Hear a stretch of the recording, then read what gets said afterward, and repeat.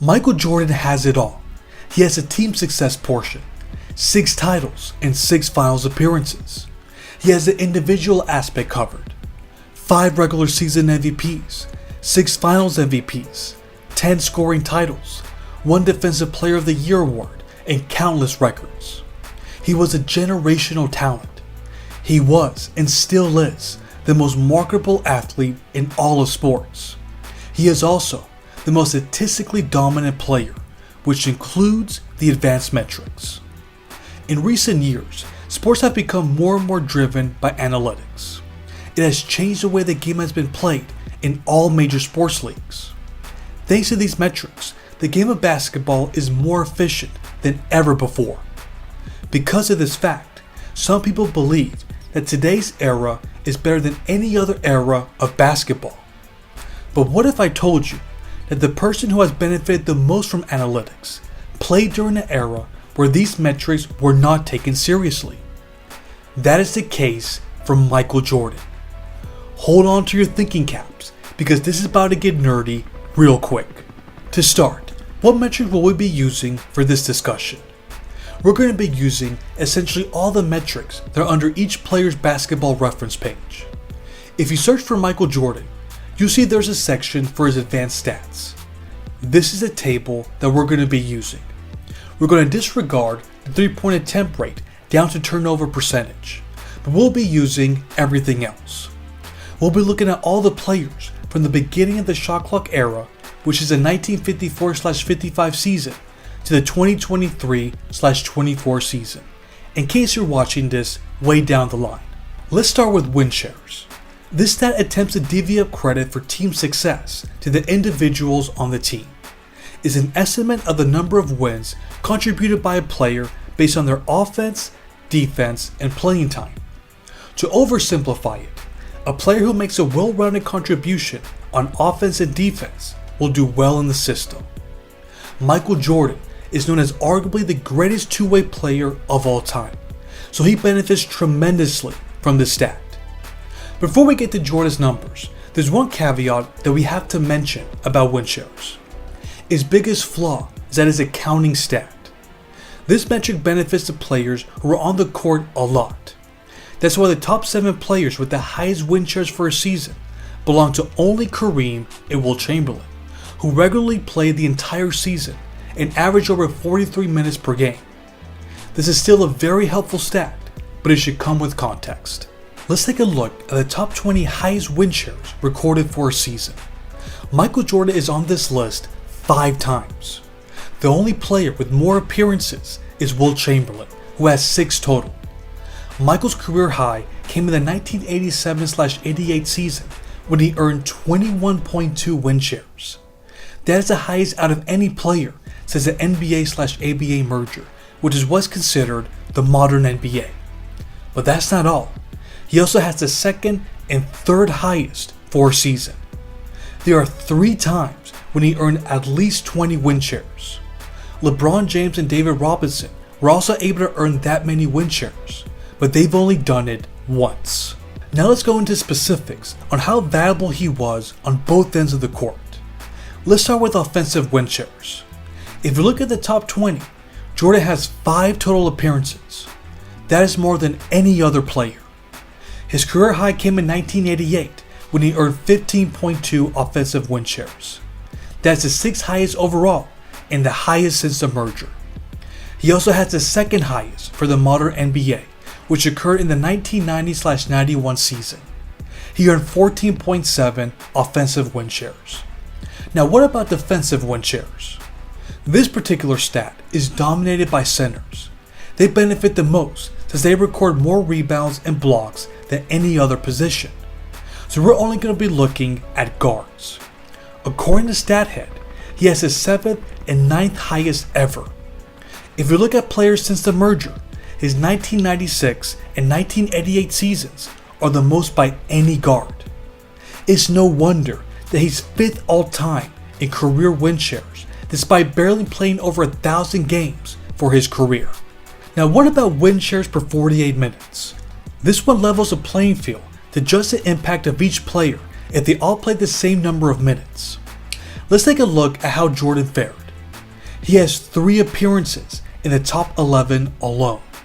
Shout out to Kareem, who has 3 appearances in the top 5, and also LeBron James, who has 4 appearances in the top 20.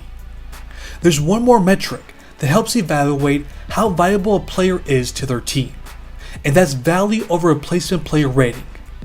This is a box score estimate of the points per 100 team possessions that a player contributed above a replacement level player, translated to an average team and proportional to an 82 game season. It's important to keep in mind that this metric has been used since the 1973-74 season.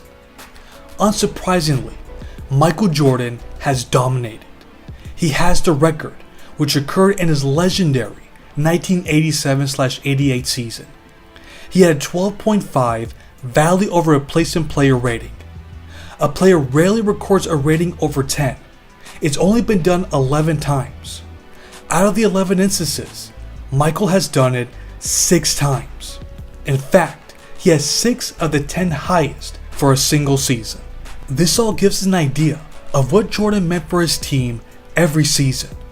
Nobody in the modern NBA has been able to bring as much value to a team as Michael Jordan has. Now let's move on to box plus minus. What is this stat?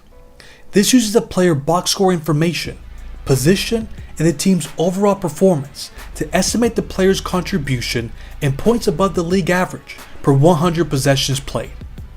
According to Daniel Myers, the developer of Box Plus Minus, the league average is defined as 0.0, meaning 0 points above average or below average. For example, a value of plus 5 means the team is 5 points per 100 possessions better with the player on the floor than with the average production from another player. He mentions that a plus 10 is considered an all-time season. There have only been 30 instances that a player has recorded a box plus minus over 10. And guess who has the most? That's right, Michael Jordan, who had 7 total.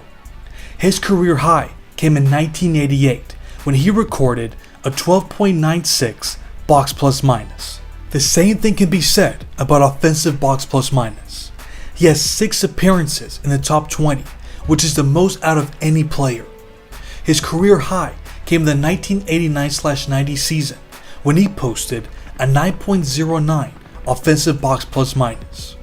He also made his mark in defensive box plus minus. In 1988, he posted a 4.16 defensive box plus minus, which is the 10th highest ever. That's the second most by any perimeter player behind Nate McMillan, who has an all-time record. Now we move on to PER, or Player Efficiency Rating.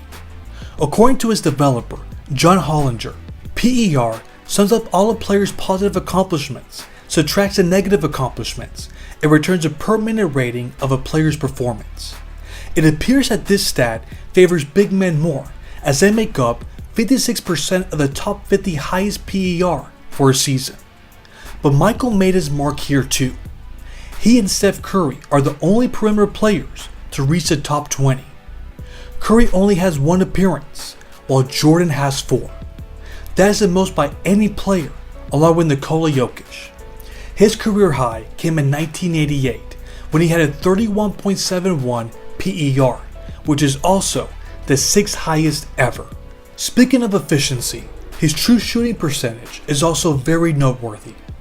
This stat takes into account shooting percentages from 2-pointers, 3-pointers, and free throws. He's nowhere near the all-time list, but we do want to mention where he ranks among volume scorers.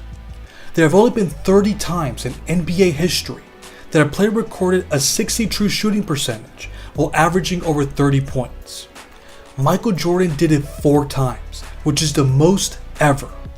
In his historic 1988 season, he averaged 35 points while having a 60.3 true shooting percentage.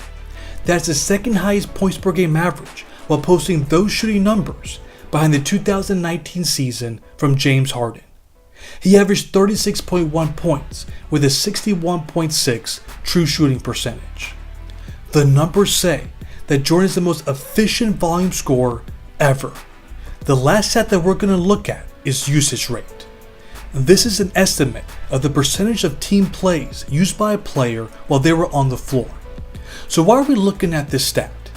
Because throughout all of NBA history, there's only been one player to lead their team to a title while posting a 34 usage rate percentage. Jordan accomplished this in 1993. But that's not all. Out of all the players in the top 100 with the highest usage rate for a single season, no one has been able to win a championship in the same year. But Michael Jordan did it a total of 5 times. For him to be that involved in the offense and to remain efficient while not hurting his team is a skill that very few players can master.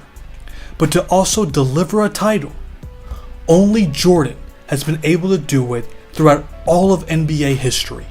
So what do all these numbers tell us? Should this be the determining factor to crown a player the GOAT? I don't think so.